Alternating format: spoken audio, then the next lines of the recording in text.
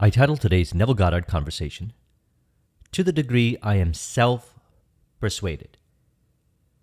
So I'd like to continue our conversations in regards to relating with each other. Personal relationships, business relationships. I, over the years, have seen the same thing playing out. Certain thinking patterns, or we can call it programming, cause me, and I'm the cause within, as in my identification with that programming, to not see things for how they truly are, which is people show up saying the exact same things that we are imagining. They play out the behaviors exactly like how we imagine them to play out, a lot of times unconsciously though, that which we are unconsciously saying I am too. That's why I love conversations. I love relationships, because we recognize that in relating with each other, we discover what we are saying unconsciously I am too, based on how people relate to us. And when we change these relationships by intuitively, psychologically reflecting upon the experience and finding the truth in our inner world as a result of letting go of thinking patterns of not being how we truly are, seeing things from a perspective rather from love, we begin to understand things very deeply. Neville also speaks about this in his interpretations of the Bible. He says, I'm telling you the truth. I take the Bible and let my intuition play upon it. Then the meaning comes to the surface. Now, this is not just true for the Bible, spiritual texts. This is true for every aspect of our life, including relationships. I mentioned last week in our Neville Goddard conversation that I went to Los Angeles, and I said to myself the week prior, wouldn't it be nice to stay at this place that I used to stay when I used to go to consult for a client in Los Angeles back in 2016-17? And the owner of the place calls me up and says, hey, I got the place available. I'll put a link in the description to that video in regards to that story. So I went last week. We hung out. I picked him up one time, and he jumps in the car and he says, you ever read this book, Celestine Prophecy? I said, I watched a movie, Celestine Prophecy. I'm actually very fascinated by the movie, but I never read the book. And he says, I just did what they said in there. I just imagined, wouldn't it be nice if Joseph was to stay? My tenant is moving out. Joseph would show up. And what was interesting is, I said, when did you say that? And it appears to be at the exact same time that I said it. So what we imagine imagines us back. Now, this is the truth of what's happening. It takes intuition and looking beyond, feeling beyond, the five sensory programming identification, in which a person denies who they truly are, to recognize that this is exactly what is happening. The technology is already there. Telepathy exists. We let go of thinking patterns that seem to deny it. The denying is happening within in relation to what we are unconsciously saying I am too. That's okay. We can let go of this programming. So he says, Scripture will last forever in the form in which it is written because of its simplicity. But its revelations will not come unless you dig for the word's deeper meaning. So this holds the key for relationships. Now I want to reflect back on my life.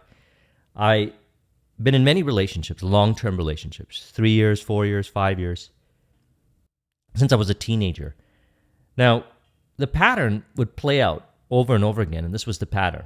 It no longer is the pattern, but it was the pattern, where I was out of my flow, and they would reject me, and more accurately put, my interpretations in relation to them not being interested, I would conclude to myself that I'm not good enough. I didn't realize that I was saying I am too, unconsciously, to those particular interpretations in relation to. The reality was that, and it still is, that those interpretations are further being encouraged upon the subconscious mind and recreating more of those experiences. So that's what ended up happening. I eventually got into temporary ideal state of mind, maintained it just long enough to get into another relationship. And everything was great for the first little while, but then the unconscious thinking patterns began to play out. And then I started to conclude, I'm not good enough. She wants to be with someone else. And I began to identify with those thinking patterns. And I would observe as she changed in relation to my own thinking patterns. Now, we can reflect upon this with extreme precision now, but I didn't have that ability back in the days. I thought it was her fault. I thought it was some external thing. The reality was it was all happening within myself.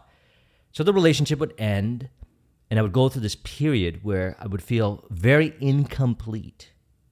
As we're working with this Neville Goddard information, we recognize that we are complete in imagination. Complete. All things exist internally. And when we recognize that we are complete within, and that we focus on what we love, and we go about our day-to-day experiences in what we do in relationship with others from the premise of love, they play out the reciprocity in relation to it. They accept us. They want to be around us. They feel great around us. We feel great around them because the completion is expressed. It reflects from within. See, I didn't know these things back then. And the cycle would continue. So I'd go through a period again where I felt not good enough. My self-esteem was low because I was looking for completion or validation based on how people would respond to what I'm communicating in the external, rather than recognizing it for how it truly is, which is I am complete and I express. I will allow myself to be. Now, this would go on for years until one year it changed.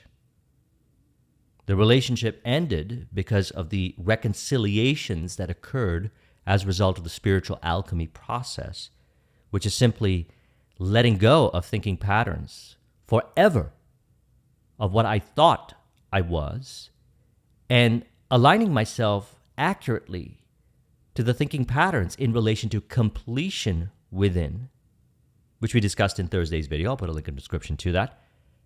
And what I noticed is that when the relationships would transition, because that's how I see it, it transitions.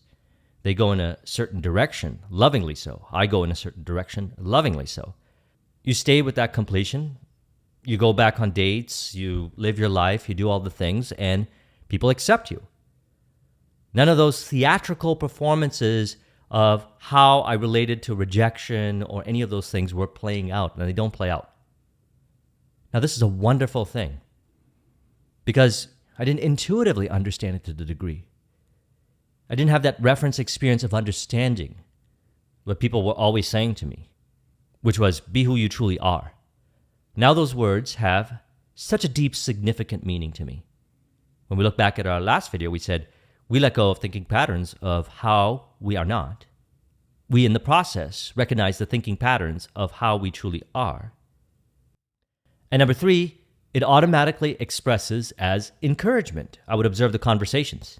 So the conversations prior, when these relationships would end, and I would start dating again, would be one of neediness and looking for validation. And there's always this needing kind of approval conversations.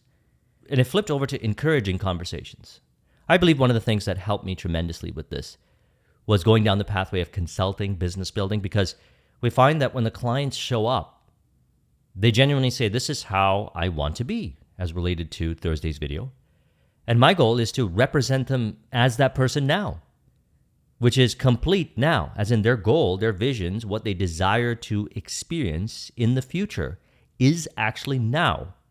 And to communicate from that premise, to more accurately put, see them in my mind's eye, experience that they are that way from that premise, which is lovingly so now. And what I notice is the conversations are so flow-based, people produce the results, they're happy to have the conversations, and this is true for any area of our life in relationship with others, personal life, business life, etc.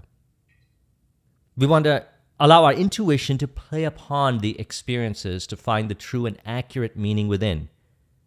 We find the true and accurate meaning within in relation to the experience, which indicates, intuition guides us to the realization that we are complete within.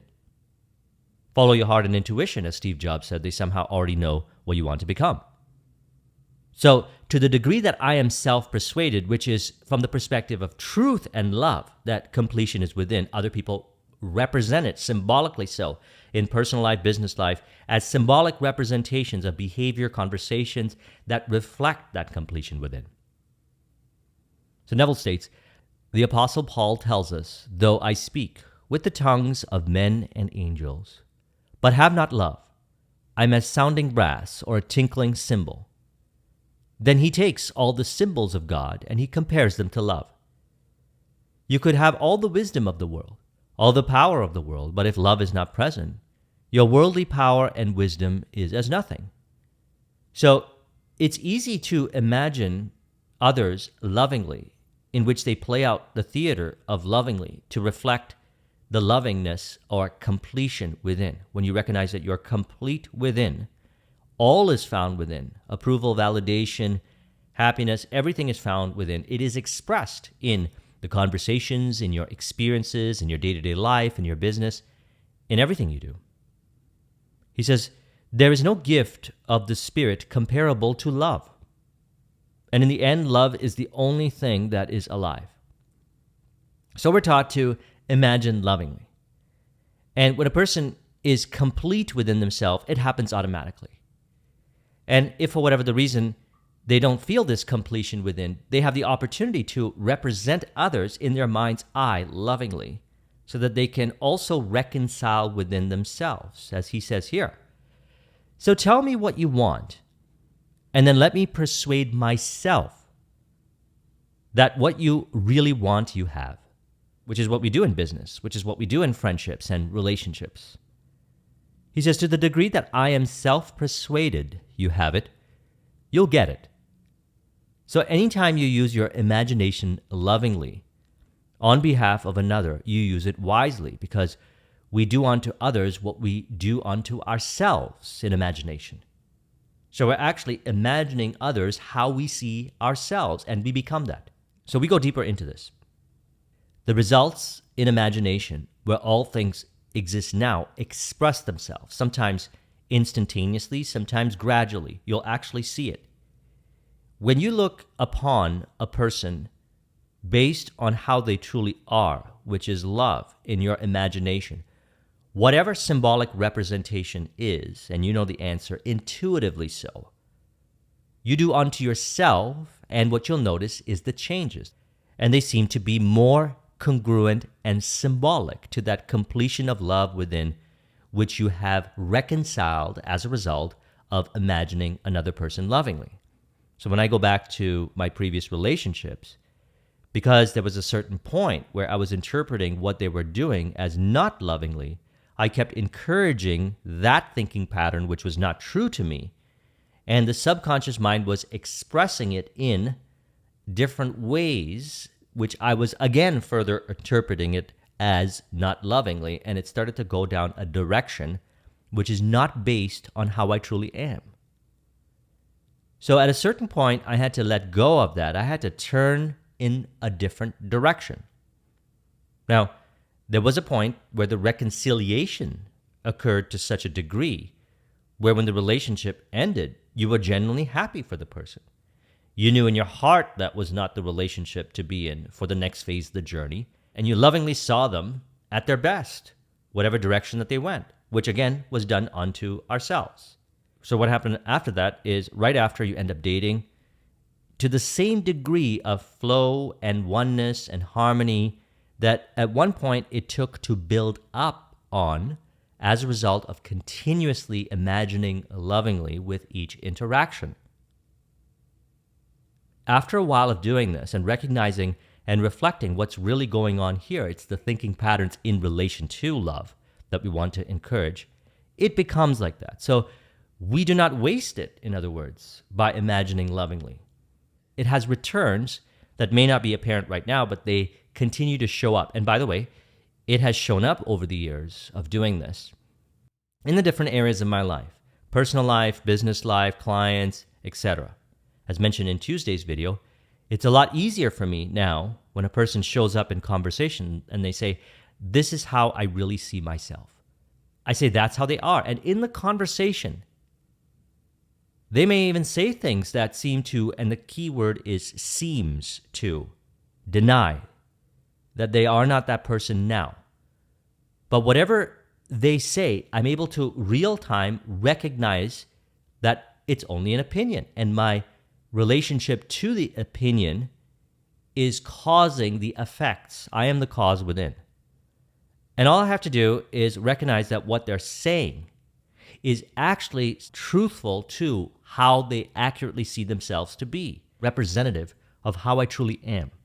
We do this real time in conversation, or at the end of the night, you could do it through revision, which is simply to recall the conversations you had throughout the day in your mind's eye and replay them as they would be ideally. I could assure you, you get better with practice and you're able to do this real time. I've met many masterful psychotherapists, psychologists, and entrepreneurs, leaders, consultants who could transform their clients real time. And I would hear their clients say a lot of things that were not true to how they really are, but yet the leader would maintain the poise. Watch the video I did on Thursday as we further discuss this, to allow those thinking patterns that are true to how that person is to surface. They had let go of the thinking patterns of believing literally what the person was saying and applied what Neville talks about here in relation to the Bible. We do this with others as well. He says, I'm telling you the truth. I take the Bible and let my intuition play upon it. Then the meaning comes to the surface. Now, this is something that I learned growing up. My grandmother used to teach me this. She never used to say, this is what the Bible means. She said, just read the Bible. That's it. And she knew what she was talking about because she knew as children, your eyes would automatically go into areas where they were inspirational and they would connect the dots. Sometimes one passage would connect with another passage. And what would appear as non-sequential reading of the Bible would actually lead to deep realizations. And by the way, this is what we used to teach for many years in speed reading. A person can read faster, a lot more effectively, comprehending and retaining information to a higher degree if they allow their mind to let go of rigid styles of reading and allow more of an intuitive approach to reading. Sometimes you maybe read a little bit in the beginning or the end and mix and match, but you understand it to such a vivid detail. And that's what I like to do with Neville's work, is I take a few quotes like this every week. I reflect upon them in relation to my experiences.